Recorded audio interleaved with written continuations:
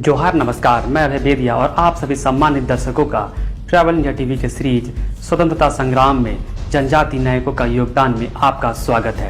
आपको बता दें कि हम एक एक कर भारत के समक्ष आदिवासियों की वीर गाथा और वीरांगनाओं की वीर गाथा आपके समक्ष लेकर जरूर आएंगे। चलिए शुरू करते हैं आज का एपिसोड। भारतीय इतिहास में सन 1857 का पहला स्वतंत्रता संग्राम एक ऐसी घटना थी जिसने अंग्रेज हुकूमत की नींव हिलाकर रख दी थी। इस संग्राम का केंद्र था मेरठ, जहां 10 मई सन 1857 को ब्रिटिश भारतीय सेना के भारतीय सिपाहियों ने ब्रिटिश ईस्ट इंडिया कंपनी के खिलाफ खुलेआम बगावत कर दी थी। ऐसे ही बाबूराव पुलेश्वर सेठमाके एक भारतीय स्वतंत्रता समर्थक, विद्रोही और भारत के एक गोंड सरदार थे। 1857 के भारतीय विद्रोह के दौरान उन्होंने चंदा जिले में विद्रोह का नेतृत्व किया। चंद्रपुर जिले के स्वतंत्रता संग्राम के इतिहास में अमर शहीद क्रांति सूर्य बाबूराव सेठमाके का बलिदान विशेष महत्वपूर्ण है। वे क्रांति की मसाल थे। वीर बाबूराव सेठमाके का जन्म मोलमपल्ली के श्रीमंत सेठमाके जमींदारी में 12 मार्च 1833 को हुआ। उनकी माता का नाम जुर्जा कुंवर था। बाबूराव को 3 साल की उम्र में गोटूल में डाला गया था, जहां वे मलल युद्ध में तीरक मठा, तलवार, भाला चलाने में प्रशिक्षित हुए। वे अपने साथियों के साथ जंगल में शिकार पर जाते, साथ ही शस्त्र चलाने का अभ्यास भी करते थे। प्राथमिक शिक्षा के लिए British education central English medium Raipur Madhya Pradesh से 4वीं तक की पढ़ाई को पूर्ण कर वे मोलमपल्ली वापस आ गए। उम्र बढ़ने के साथ ही वे सामाजिक नीति मूल्यों को भी सीख गए थे। धीरे धीरे वे अपनी जमींदारी के गाँव के लोगों से संपर्क करने लगे, जिससे उन्हें साहूकार ठेकेदारों द्वारा सामान्य जनता पर किए गए अत्याचार की जानकारी मिली। साथ ही अंग्रेजों के आने के बाद उनके द्वारा दी गई यातनाओं की भी जानकारी उन्हें मिलने लगी, जिससे उनकी समझ और बढ़ती गई।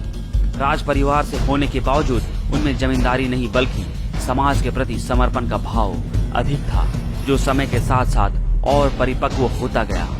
उनकी शादी आंध्र प्रदेश के आदिलाबाद जिले के चेन्नूर के मड़ावी राजघराने की बेटी राजकुंवर से हुई। एक गोंड परिवार में जन्मे, जिन्होंने 1858 में 7 महीने की अवधि में अंग्रेजों के खिलाफ कई लड़ाइयां लड़ी और अंग्रेजी हुकूमत के खिलाफ बगावत कर दिया। ये बगावत सिर्फ मेरठ तक ही सीमित नहीं रही, बल्कि पूरे देश में फैल गई। इस बगावत में शहीद हुए लोगों और नेताओं को भारत की आजादी का अग्रदूत माना जाता है और उनकी बहादुरी को याद किया जाता है। एक तरफ जहां झांसी की रानी लक्ष्मीबाई, नाना साहब पेशवा, तात्या टोपे जैसे लोगों को आज भी सारा देश याद करता है, वहीं कुछ ऐसे भी साहसी वीर थे जिन्हें इतिहास ने वो जगह नहीं दिया जो उन्हें मिलना चाहिए था। ऐसा लगता है कि बगावत का केंद्र उत्तर भारत था, लेकिन सच्चाई यह है कि विद्रोह महाराष्ट्र और छत्तीसगढ़ के दूर दराज के आदिवासी इलाकों में भी पहुँच गया था। ये किस्सा है बाबूराव पुलेश्वर सेठमाके का, जिन्होंने 1857 में गोंड जनजाति के विद्रोह का नेतृत्व किया। मौजूदा समय में इसे महाराष्ट्र का चंद्रपुर और गढ़चिरौली जिला कहा जाता है। अंग्रेजों के शासनकाल में ये चंदा जिला कहलाता था। सन 1854 में अंग्रेजों ने लॉर्ड डलहौजी के सिद्धांत डॉक्ट्रिन ऑफ लैप्स के जरिए इस क्षेत्र को अपने अधिकार में ले लिया था। डॉक्ट्रिन ऑफ लैप्स के अनुसार अगर किसी भी राज्य का कोई उत्तराधिकारी ना हो या फिर उसके राजा का कोई पुत्र ना हो और उनका खानदान आगे नहीं बढ़ रहा हो, तब वह राज्य ब्रिटिश शासन के अधीन आ जाता था। अंग्रेजों ने सन 1854 में चांदा को अपने हाथ में ले लिया। उस समय जिले में कई जमींदारियां हुआ करती थी जो राजगोंड परिवारों के अधीन थी। ये जमींदारियां 18वीं सदी में मराठाओं के आने के पहले से थी। जाहिर है इन परिवारों ने अंग्रेजों का विरोध किया और इसका सबसे बड़ा कारण था उनकी जमीनों पर अंग्रेजों का कब्जा। 18 दिसंबर 1854 को चांदागढ़ पर R.S. एलिस को जिलाधिकारी नियुक्त किया गया और अंग्रेजों द्वारा गरीबों पर जुल्म ढाने की शुरुआत हो गई। एक तरफ अंग्रेज जुल्म ढाते थे तो दूसरी तरफ वे अपने धर्म से शांति के लिए प्रचार प्रसार के द्वारा भोले भाले आदिवासियों को विकास के नाम पर उनका धर्म परिवर्तन कर उन्हें छला जाता था। साथ ही यह क्षेत्र वन संपत्ति, खनिज संपदा से भरा हुआ था और अंग्रेजों को अपना कामकाज चलाने के लिए इन संपदाओं की जरूरत थी। इसलिए अंग्रेज आदिवासियों की जमीन पर जबरन कब्जा कर रहे थे। ये बात बाबूराव को कतई पसंद नहीं थी। जमीन का हक आदिवासियों का है और वो उन्हें मिलना ही चाहिए। उनका मानना था कि आदिवासी जिस तरह सामुदायिक जीवन पद्धति और सांस्कृतिक जीवन शैली में जीते हैं, उन्हें वैसे ही जीना चाहिए और धर्मांतरण कर अपनी असल पहचान नहीं खोनी चाहिए। इस तरह की चीजों ने उनके मन में विद्रोह की ज्वाला प्रज्वलित कर दी और मरते दम तक अंग्रेजों के खिलाफ लड़कर अपने लोगों की रक्षा करने का उन्होंने संकल्प लिया। इस संकल्प को पूर्ण करने के लिए 24 सितंबर 1857 को उन्होंने जंगोम सेना की स्थापना की। ऐसे ही एक जमींदारी थी मोलमपल्ली, मौजूदा समय में गढ़चिरौली जिला, जिसमें 24 गांव आते थे। तकरीबन 25 साल के बाबूराव सेडमाके मोलमपल्ली के जमींदार थे। उनका जन्म गढ़चिरौली के जिले की अहेरी तहसील के किस्तपुर गांव में मार्च सन 1833 को हुआ था। सन 1858 के शुरू में सेडमाके ने गोंड, माड़िया और रोहिला के करीब 500 आदिवासी युवाओं की फौज बनाई और उन्हें लड़ना सिखाया। इस फौज के दम पर ही उन्होंने चांदा जिले के पूरे राजगढ़ परगना पर कब्जा कर लिया था। ये खबर जब चंद्रपुर पहुंची तो जिला कलेक्टर कैप्टन क्रिस्टन ने बगावत को कुचलने के लिए अंग्रेज सेना की एक टुकड़ी भेजी। 13 मार्च सन 1858 को नंदगांव घोसरी के पास अंग्रेज और सेडमाके की सेना के बीच युद्ध हुआ, जिसमें जीत सेडमाके की सेना की हुई। उनकी सेना ने न सिर्फ कई अंग्रेज सिपाहियों को मार डाला, बल्कि उनके हथियारों और गोला बारूद को भी नष्ट कर दिया। इस बीच अडपल्ली और घोट के जमींदार वेंकटराव ने सेडमाके से हाथ मिला लिया और दोनों ने गोंड और रोहिला आदिवासियों की 1200 सिपाहियों की सेना के साथ अंग्रेजों की सेना के खिलाफ युद्ध का ऐलान कर उनके दांत खट्टे कर दिए। इन दोनों की संयुक्त सेना ने गढ़ी सुरला किले की तरफ कूच करके उस क्षेत्र को सीधे अपने कब्जे में ले लिया।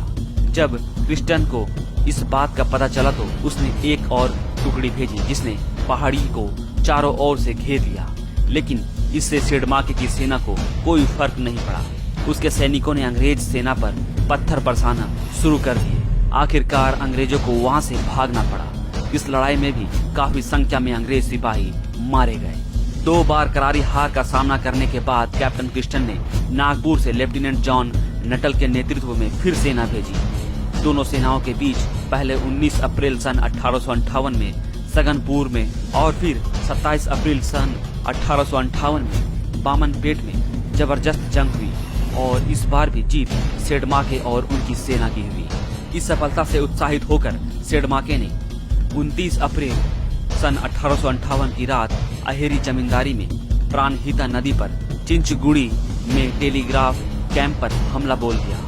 उस क्षेत्र के आदिवासियों की नजर में पूरे देश में फैला ये एक ऐसा यंत्र था जो उन्हें गुलामी की जंजीरों में बांधता था। इस हमले में टेलीग्राफ ऑपरेटर हॉल और गार्टलैंड मारे गए, लेकिन पीटर वहां से भागने में कामयाब हो गया।